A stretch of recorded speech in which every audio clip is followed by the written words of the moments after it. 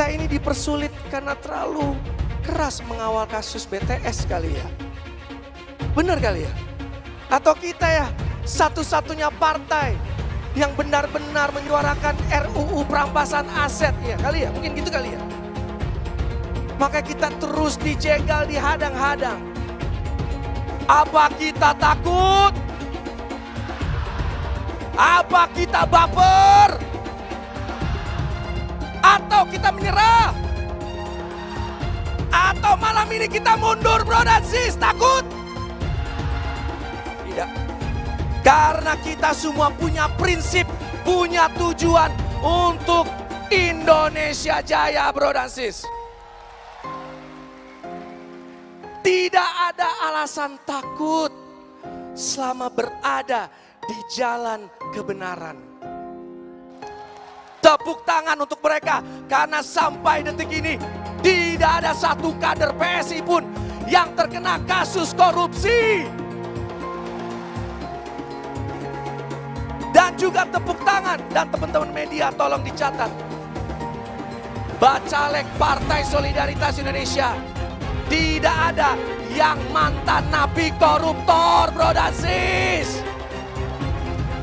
PSI harus bisa menawarkan gagasan.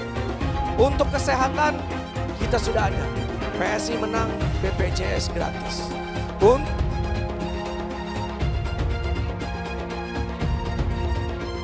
Untuk anti korupsi, sahkan undang-undang perampasan aset. Bapak ini selalu punya slogan perubahan. Perubahan apa yang mau Bapak lakuin, dan menurut saya yang Pak Jokowi lakuin selama 2 periode ini udah sangat baik. Dan jeleknya pemimpin-pemimpin di Indonesia Pak, menurut saya itu selalu melakukan perubahan yang dimana start dari nol lagi. Jawaban paling sederhana adalah sektor-sektor yang sangat mendasar kepada kebutuhan publik. Itulah agenda perubahan yang paling utama. Semua undang-undang ada peluang untuk revisinya.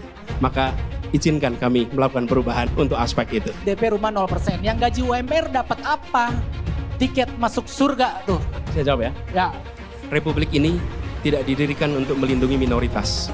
Lihat rekam jejaknya dan ditambah lagi accomplishment-nya. Gagasan, action, accomplishment. 3 itu disandingkan. Lalu pilih yang menurut kita rekam jejak 3 aspek itu paling bisa membawa Indonesia lebih baik. Kan atas apa yang dikatakan orang tentang si calon, tapi penilaian kita tentang si calon. Tapi kita semua orang yang memiliki akses pada informasi. Kita bisa menilai dengan objektif. Jadi saya mengajak kepada semua di pemilu dan pilpres, manfaatkan untuk melihat rekam jejak 3 aspek, apa gagasannya, apa action-action yang pernah dikerjakan, dan apa accomplishment yang pernah dilakukan. Dari situ kita bisa memprediksi, bila minim gagasan, besok juga akan minim gagasan.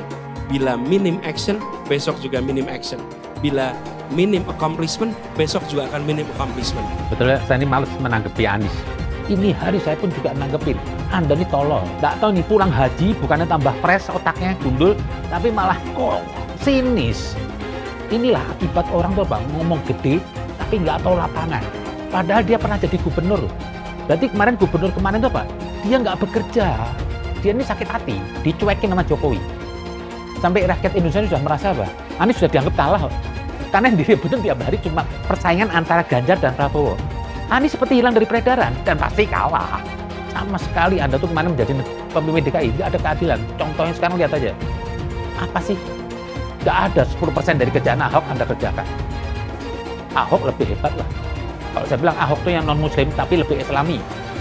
Daripada Anda yang naik menjadi gubernur jual agama tapi jauh dari Islam.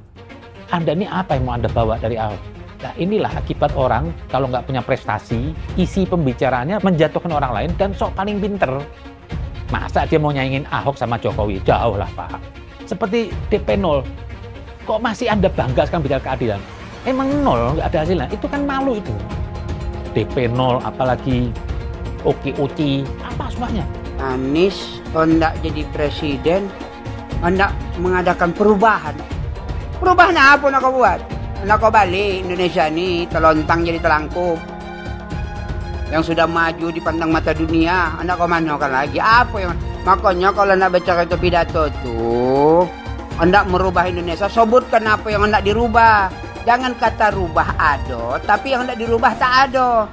Serupa dengan rekam jejak, lihat rekam jejak, apa rekam jejak kau di Jakarta, apa yang kau juga di Jakarta? Bukan yang ada kalau juga di Jakarta kau bilang rekam jejak seakan pidato doang rekam jejak saja. Gaya orang nangok kau bodoh-bodoh saja, orang nak pidato kau pembodoh-bodohan. Kau anggap orang Indonesia ini bodoh semua, yang pintar orang Yaman. Nanti tahu kau Yaman jalan, nanti tahu kau. Apa yang bisa diharapkan dari Anies? Nggak ada. Jakarta amburadul, mimpin Jakarta aja amburadul, apalagi mimpin Indonesia. Anies itu perbual. Kayak mana apa karena perbual itu? Pembohong. Pembohong itu Anies itu. Gak usah dengar itu. Nggak layak jadi pemimpin, apalagi jadi presiden. Di Jakarta aja kamu tengok itu amburadul. Di Jakarta tingkat kemiskinan tinggi, pembangunan apa yang bisa dibangun Jakarta? Satu puskesmas pun bangunnya nggak ada, masjid aja nggak ada dibangun, mau ibadah. Di mana-mana kelebihan bayar. Apa yang bisa dibangun Anies? Satu aja nggak ada. Satu saja tunjukkan apa yang bikin Anies dibangun di Jakarta. Ganjar belum kampanye saja tetap di atas, apalagi sudah kampanye. Anies yang sudah keliling Indonesia, yang naik jet pribadi keliling, jangankan naik, makin nyungsep ke bawah. Nah, masyarakat sudah tahu siapa Anies. Anies siapa belakangnya? Oligarki satu, HTI, FPI. Masyarakat Indonesia bukan cari orang Yaman. Indonesia cari nyaman. Jakarta 5 tahun diobok-obok ya. Gimana kabarnya Toa? Gimana kabarnya Tugu Loyak? Formula Ember. Apa kabarnya Anies ya? Monas yang digundulin gimana ceritanya Anies? Nah, apalagi trotoar yang dibongkar pasang itu miliaran. Jalur sepeda bongkar pasang miliaran. Apalagi tanah DP 0, apalagi jalan banyak lubang-lubang lele itu gimana ceritanya? Ya 5 tahun mengobok-ngobok Jakarta. Jakarta itu jadi tempat parkir air loh ya. Iya, warga Jakarta ada kolam renang di mana-mana ya. Itu hasil karya Governor of the Year I Gede Cocote ya. Cukup Jakarta Anies, jangan sampai Indonesia. Ingat Pak, cukup Jakarta, jangan sampai Indonesia. Saya mensyukuri kenapa kalah, kenapa ditahan. Saya bersyukur atas itu semua. Saya coba bayangkan ya, kalau seandainya waktu itu kita menang gitu ya, hari ini belum tentu kita bisa nikmati seperti ini. Kita bersyukur 5 tahun Tuhan izinkan kasih ke orang yang pintar ngomong untuk kerja. Coba kalau kita bayangkan gitu ya, kalau kemarin saya masih jadi gubernur, ini saya udah turun ini. Tapi yang pintar ngomong itu dikira orang hebat kan? Ini lebih berbahaya tahun 2024, langsung ketahuan karakternya. Langsung ketahuan itu. Di saya juga ada kutipan Pak di kamar saya Pak.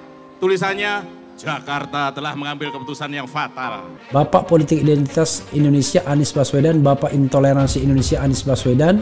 Jangan lupakan, jangan terlena, jangan sampai dia pecahkan kita dengan dagangan ayat dan mayatnya. Air itu turun dari langit, turunnya ke atap rumah langsung sumur bor, bukan ke sungai dan ke laut. Jangan hanya konsentrasi pada pembangunan benda-benda mati yang indah difoto dan bisa ditunjukkan dalam 5 tahun hasilnya. Kalau kita mau menilai sebuah janji, maka lihat janjinya atau lihat kenyataannya. Dulu janjinya apa ya? Dan ini aneh, betul-betul aneh. Ini bukan kampanye, tapi saya sampaikan sini. Di satu sisi menyiapkan jalur-jalur air untuk dikirim ke laut, di sisi lain di lautnya dipasang dengan pulau reklamasi, tinggal tunggu waktu jadi rob, air balik. Dan ini melawan sunatullah. Kenapa? Air itu turun dari langit ke bumi, bukan ke laut. Harusnya dimasukkan ke dalam bumi, masukkan tanah. Di seluruh dunia air jatuh itu dimasukkan ke tanah. bukan dialirkan pakai gorong-gorong raksasa ke laut. Jakarta telah mengambil keputusan yang fatal. Bukan banjir, itu memang parkir air. Bukan banjir, itu memang parkir air. Masyarakat berkeliling dengan membawa toa untuk memberitahu semuanya, termasuk sirine. KAI-BON 82 miliar. Apa alat transportasi yang dimiliki oleh hampir setiap orang? Alat transportasi yang dimiliki semua orang adalah kaki. Kalau seandainya orang Jakarta percaya Pak Anies jadi gubernur pun, saya berani jamin kok dia akan lakukan normalisasi yang sama seperti saya lakukan kok. Gak usah bohong lah. Ketika air sampai di muara, maka siap untuk dipompa ke laut. Usir penjajah Jakarta, siap! Tangkap si Ahok! Tangkap si Ahok sekarang juga! Tangkap si Ahok! Tangkap si Ahok sekarang juga! Lagi! Cepat! Tangkap si Ahok! Tangkap si Ahok sekarang juga! Lengserkan Jokodok! Takbir! Siap serbu istana! Siap ambil alih kekuasaan! Takbir! Pancasila Soekarno, ketuhanan ada di pantat. Anak Tuhan dari mana? Kalau Yesus anak Tuhan, bidangnya siapa? Takbir besok di seluruh wilayah Indonesia kami katakan dalam. Bapak Ibu yang dimuliakan Allah, oleh sebab itu solusi penyelesaian umat ini hanya satu. Apa itu? Khilafah. Tegaknya khilafah, maka selesailah masalah. Takbir! Halal haram demokrasi. Kita pakai dulu sementara sistem kafir ini. Orang bilang kafir mana bisa? Sementara kalau semuanya sudah baik, kita pakai sistem Islam, naik khalifah. Iblis hanya menggoda orang yang beriman. Makanya jarang-jarang orang kafir kerasukan setan. Yang kerasukan setan itu orang baik-baik. Jarang, saya belum pernah nengok Cina kerasukan setan. Pernah tak Ahok itu kerasukan setan? Enggak, setannya juga benar. Karena sesama setan dilarang saling menggoda. Karena di salib itu ada jin kafir. Karena di salib itu ada jin kafir. Karena di salib itu ada jin kafir. Haleluya. Kepalanya ke kiri apa ke kanan? Kepalanya ke kiri apa ke kanan? Tetap percaya salib itu lambang mulia, bukan jin. Kok ketawa? Aku nggak nyindir siapa-siapa loh. Saya nggak pernah mundur untuk kebenaran, keadilan, kejujuran, dan peri kemanusiaan. Gue nggak pernah mundur. Dan gue nggak pernah takut juga sama lu. Siapapun yang rasis, gue akan hadapin. Karena rasis itu tidak berperi kemanusiaan. Sama saya ditanya dulu kan, kamu nyesel nggak statement kamu di Pulau Seribu sehingga masih masuk penjara? Tidak pernah nyesel. Karena saya mengatakan kebenaran. Anies didukung oleh FPI, HTI, dan pengasong khilafah lainnya. Etnis Tionghoa dicap sebagai pemberontak, sedangkan etnis Arab dianggap sebagai tuan atau tuan dari pribumi. Etnis Arab dipuja-puja dan dianggap sebagai dewa. Lihat saja Rizik Syihab dan Bahar Smith dipuja-puja, padahal mereka mengujang kebencian. Pengasong khilafah seperti Rizik Syihab, Bahar Smith, dan teman-teman, mereka hanya buat gaduh di Indonesia. Relawan Anies terutama dari FPI, HTI, PA212 seperti Bahar Smith dan Rizik Syihab selalu menghujat Cina, etnis Cina. Tapi saat ini negara Cina sudah menjadi nomor 1 di dunia. Saya bangga sebagai Cina. Sedangkan negara Amerika sanjung-sanjung itu, Arab Yaman, masih belum maju dan masih terbelakang. Saya percaya Indonesia dengan mayoritas pribumi juga akan menjadi negara maju. Seharusnya Arab Yaman belajar dari negeri Cina. Seperti kata kitab suci, belajarlah sampai ke negeri Cina. Anies dan juga pendukung Anies seperti Rizik Syihab, Bahar Smith, dan kelompok-kelompok HTI dan FPI harus belajar ke negeri Cina supaya tidak lagi melakukan kelebihan bayar. Lihatlah rekam jejak Anies selama 5 tahun. Bayangkan Indonesia ke depan jika dipimpin oleh Anies. Dan bayangkan jika Anies menang. HTI dan FPI, ormas khilafah yang dibubarkan itu akan dikembalikan oleh Anies. Apakah kita mau Pancasila diganti jadi khilafah? Kita ini dipersulit karena terlalu keras mengawal kasus BTS kali ya. Benar kali ya? Atau kita ya satu-satunya partai yang benar-benar menyuarakan RUU perampasan aset. Ya kali ya, mungkin gitu kali ya. Maka kita terus dijegal, dihadang-hadang. Apa kita takut? Apa kita baper? Atau kita menyerah? Atau malam ini kita mundur bro dan sis, takut? Tidak. Karena kita semua punya prinsip, punya tujuan untuk Indonesia Jaya bro dan sis. Tidak ada alasan takut selama berada di jalan kebenaran. Tepuk tangan untuk mereka karena sampai detik ini tidak ada satu kader PSI pun yang terkena kasus korupsi. Dan juga tepuk tangan dan teman-teman media tolong dicatat. Bacalek Partai Solidaritas Indonesia tidak ada yang mantan napi koruptor bro dan sis. PSI harus bisa menawarkan gagasan. Untuk kesehatan kita sudah ada. PSI menang BPJS gratis.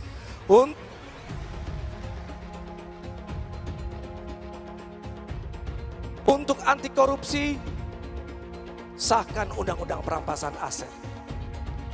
Yang belum sekarang saya titip ke UKI dan izin Bro UKI dan Mas Waketum Bro Andi Budiman, saya titip cepat-cepat launching program PSI mengenai kepastian pekerjaan, mengenai hunian yang terjangkau, mengenai akses pendidikan yang merata. Dan ingat, kita punya kewajiban kepada anak cucu kita untuk menyelamatkan Indonesia dari perubahan iklim bro dan sis. Dan ada satu lagi caranya.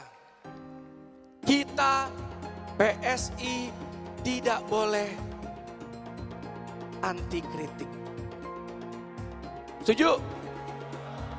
Ini negara demokrasi. Jadi mau kritik PSI, silakan kasih masukan. Karena masukan ini adalah menjadi evaluasi kita untuk terus memperbaiki partai. Hari ini Partai Solidaritas Indonesia akan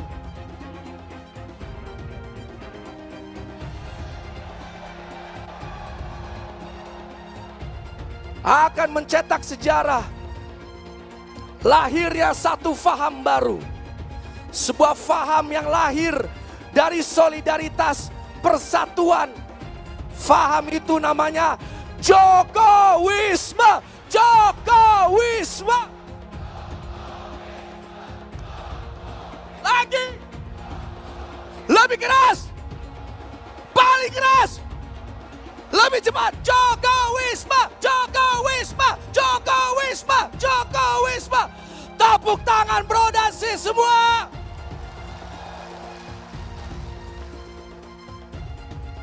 Bagi saya, Jokowisme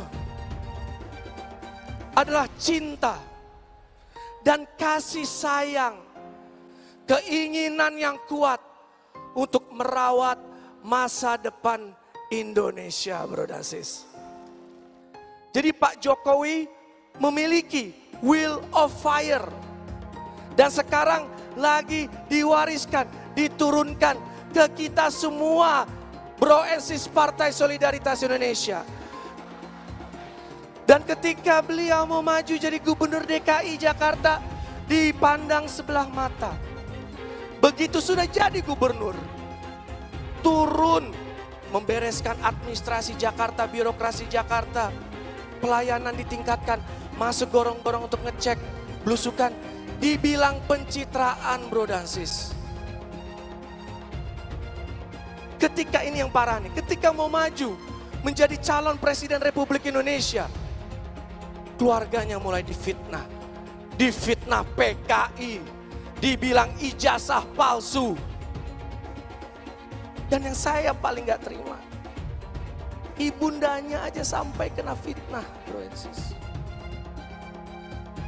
sekarang sampai hari ini sudah 2 periode menjadi presiden yang luar biasa. Masih sudah jadi presiden masih dikatain presiden pelanga-pelongo, presiden Firaun, dikasih cap Pak Lurah padahal dia presiden Republik Indonesia. Tapi tahu nggak? Jokowi santai aja. Beliau tetap kerja untuk Indonesia. Dan bagaimana gagasan beliau untuk mensejahterakan rakyat Indonesia bisa menjadi kenyataan. Dan sekarang negara kita sudah naik level. Menjadi negara yang diakui oleh seluruh dunia. Dan Pak Jokowi menjadi salah satu presiden yang paling disegani di seluruh dunia. Atas dasar perdebatan di dalam forum musyawarah tadi, kami menyatakan bahwa keputusan akhir mengenai dukungan kepada calon presiden 2024 dikembalikan kepada Dewan Pembina dan Dewan Pimpinan Pusat PSI. Jadi Bro dan Sis, kita mau pilih yang mana nih?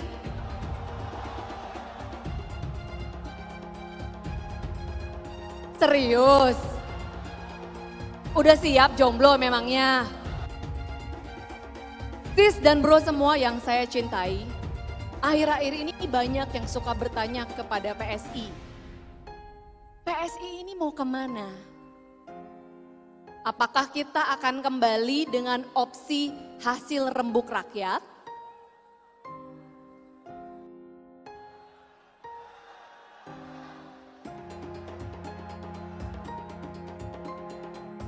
Apakah kita akan semakin mesra dengan yang baru?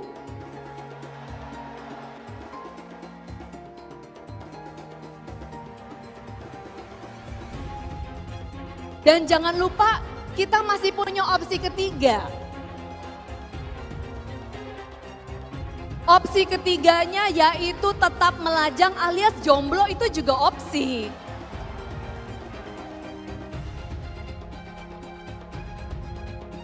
Siapa di sini yang jomblo? Udah jangan tinggi-tinggi, malu. Jadi Bro dan Sis, kita mau pilih yang mana nih?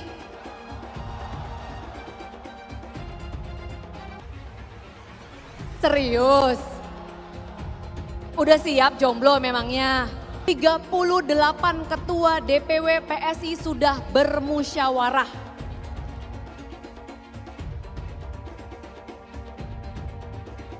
Izinkan saya membacakan hasil rekomendasi 38 ketua DPW kita. Dari hasil musyawarah ini kami merekomendasikan kepada Dewan Pembina dan Dewan Pimpinan Pusat. Pertama, sudah siap Bro dan Sis? Pertama,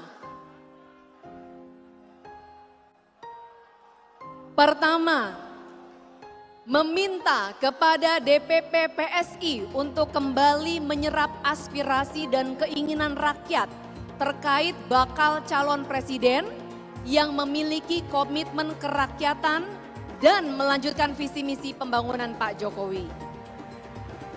Kami meminta kepada DPP untuk ojo ke susu dan terus mencermati dinamika politik yang berkembang, termasuk komitmen tegak lurus kepada Pak Jokowi agar dipegang teguh dalam keputusan yang menyangkut masa depan bangsa.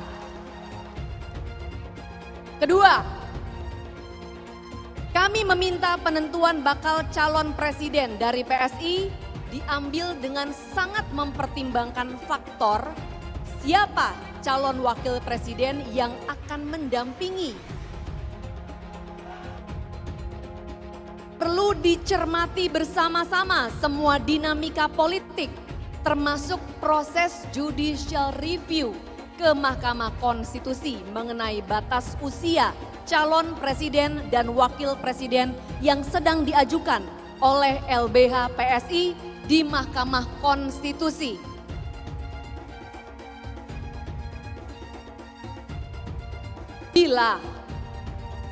Bila MK mengabulkan uji materi LBH PSI dan ada kandidat anak muda berusia minimal 35 tahun yang memiliki kapasitas dan kapabilitas sebagai calon wakil presiden, maka selayaknya lah DPP PSI memberikan dukungan kepada kandidat calon wakil presiden tersebut. Dalam musyawarah DPW terdapat perbedaan pendapat mengenai siapa yang layak didukung sebagai Capres 2024. Ada yang ingin Mas Ganjar, ada yang mendukung Pak Prabowo.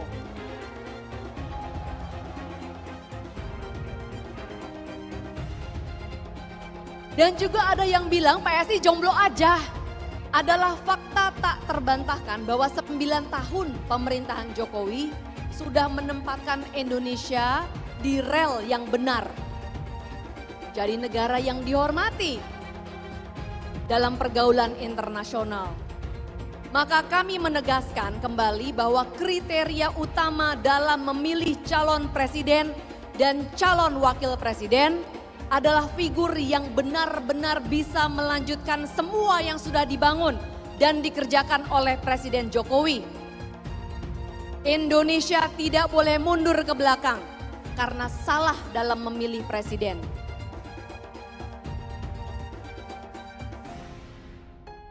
Tidak ada pilihan lain selain maju bersama Capres dan Cawapres yang berkomitmen melanjutkan program Presiden Jokowi. Jokowisme dalam nilai dan juga tindakannya. Atas dasar perdebatan di dalam forum musyawarah tadi, kami menyatakan bahwa keputusan akhir mengenai dukungan kepada calon presiden 2024 dikembalikan kepada Dewan Pembina dan Dewan Pimpinan Pusat PSI.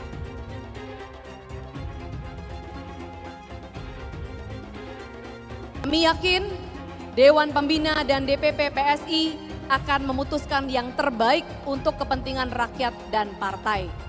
Demikianlah hasil musyawarah dari 38 ketua DPW se-Indonesia. Demikian Bro dan Sis, isi dari rapat musyawarah bersama para ketua DPW se-Indonesia, jumlahnya 38. Mereka tadi bermusyawarah sebelum acara ini dimulai. Saya sudah menyampaikan semuanya. Terima kasih untuk amanah dari seluruh ketua DPW kita se-Indonesia. Ahok pasti akan mendukung Ganjar karena Ahok anti radikalisme. Ahok yang jelas tidak akan mendukung Anies Baswedan karena Anies Baswedan didukung oleh kelompok khilafah, HTI dan FPI, ormas terlarang itu. Suara Ahok merepresentasi warga minoritas dan etnis Tionghoa mendukung Ganjar Pranowo. Dukungan Ahok sangat memberikan dampak yang luar biasa. Kita lihat saja. Saat itu Ahok mendukung Jokowi dan Jokowi berhasil menang sebagai presiden. Dan saat ini Ahok akan mendukung Ganjar Pranowo dan saya yakin Ganjar akan menang di Pilpres 2024. Saya yakin Ahok tidak akan memilih orang-orang yang pernah bermasalah dengan dirinya di masa lalu. Apalagi bukan hanya bermasalah dengan dirinya, tapi bermasalah dengan etnis dan agamanya. Siapa lagi kalau yang dimaksud adalah kelompok-kelompok dari pendukung atau pengasong khilafah. Seperti ormas yang sudah dibubarkan itu, HTI, FPI, dan PA212, di mana mereka mendukung Anies Baswedan. Salah satu tokoh yang saya hormati dan hargai adalah Ahok, khususnya dalam bidang politik. Bapak Ahok memiliki nama asli, Basuki Cahayapurnama, yang sangat luar biasa dalam mengedepankan integritas sebagai seorang politisi yang jujur, berani, transparan, dan profesional. Dia bukanlah orang seperti Anies. Dia bukan orang yang menjual kata-kata dan sembarangan berbicara soal kebangsaan yang dibalut atau dipakaikan jubah agama. Dulu Anies bisa menang karena menggunakan agama, dan etnis. Bagi saya, apa yang dikerjakan Ahok selama ini, menjabat sebagai politisi dari Bangka Belitung sampai Jakarta, adalah pencapaian yang luar biasa dan integritas yang tinggi. Dia tunjukkan dengan mantap. Kita melihat pada tahun 2014 hingga tahun 2019, dia memilih Joko Widodo sebagai presiden unggulan saat itu. Dan pada akhirnya, dia menang. Pilihan Ahok bisa dikatakan mewakili pilihan para kaum yang selama ini dianggap minoritas. Pada tahun 1965, kita tahu bahwa penyikatan etnis Cina di Indonesia sangatlah kencang, apalagi ada rumor bahwa sampai sekarang membuat trauma kaum warga negara yang memiliki etnis yang dicap sebagai pemberontak, yaitu etnis Tionghoa. Etnis Tionghoa dicap sebagai pemberontak, sedangkan etnis Arab dianggap sebagai Tuhan atau Tuan dari pribumi. Etnis Arab dipuja-puja dan dianggap sebagai dewa. Lihat saja Rizik Syihab dan Bahar Smith dipuja-puja, padahal mereka mengujar kebencian. Pengasong khilafah seperti Rizik Syihab, Bahar Smith, dan teman-teman, mereka hanya buat gaduh di Indonesia. Sehingga pada tahun 2016, Ahok mulai maju dan berani untuk tampil menjadi showcase bagi perpolitikan negara ini dengan meletakkan standar yang begitu tinggi bagi seorang pemimpin politik, khususnya pemimpin daerah. Ternyata isu-isu suku, agama, dan ras antar golongan pada tahun 2017 masih terjadi dan begitu masif yang dilakukan oleh kelompok-kelompok kadrun itu. Isu agama, ras, dan antar golongan dinikmati oleh relawan Anies. Saat itu Anies didukung oleh FPI, HTI, dan pengasong khilafah lainnya. Pada akhirnya Ahok harus kalah, namun kekalahan dia adalah kekalahan yang membuka mata rakyat Indonesia bahwa masih ada orang-orang yang menang dengan cara menggunakan politisasi agama atau politik identitas berbasis agama. Ternyata banyak sekali orang yang dengan mudah terhasut lewat jalan-jalan seperti itu. Maka bisa kita katakan bahwa tokoh politik yang didukung Bapak Ahok adalah tokoh politik yang memperjuangkan hak segala bangsa, seperti yang dituliskan di Pancasila, yakni sila kelima mengenai keadilan sosial bagi seluruh rakyat Indonesia, tanpa memandang etnis, suku, agama, dan ras. Dan hal tersebut mengacu pada tokoh Ganjar Pranowo yang harus kita pilih dan harus kita coblos nanti di pemilu 2024 nanti. Yang pasti bukan Anies Baswedan. Relawan Anies, terutama dari FPI, HTI, PA212 seperti Bahar Smith dan Rizik Syihab selalu menghujat Cina, etnis Cina. Tapi saat ini negara Cina sudah menjadi nomor satu di dunia. Saya bangga sebagai Cina. Sedangkan negara yang mereka sanjung-sanjung itu, Arab Yaman, masih belum maju dan masih terbelakang. Saya percaya Indonesia dengan mayoritas pribumi juga akan menjadi negara maju. Seharusnya Arab Yaman belajar dari negeri Cina. Seperti kata kitab suci, belajarlah sampai ke negeri Cina. Anies dan juga pendukung Anies seperti Rizik Syihab, Bahar Smith, dan kelompok-kelompok HTI dan FPI harus belajar ke negeri Cina supaya tidak lagi melakukan kelebihan bayar. Yang jelas saya memilih pribumi, bukan yang dari Yaman. Ganjar jelas pribumi, nasionalis, dan pasti akan melanjutkan visi dan misi dari Pak Jokowi. Anies merupakan antitesis daripada Pak Jokowi dan diragukan kenasionalisannya, apalagi pribumiannya. Antitesis artinya bertolak belakang dengan Jokowi. Anies sudah menyatakan tidak akan melanjutkan semua program dari Pak Jokowi. Jadi semua pembangunan yang dilakukan oleh Pak Jokowi akan dihentikan oleh Anies jika Anies menjadi presiden. Lagi pula Anies didukung oleh khilafah dan pendukung Anies adalah ormas seperti FPI dan HTI.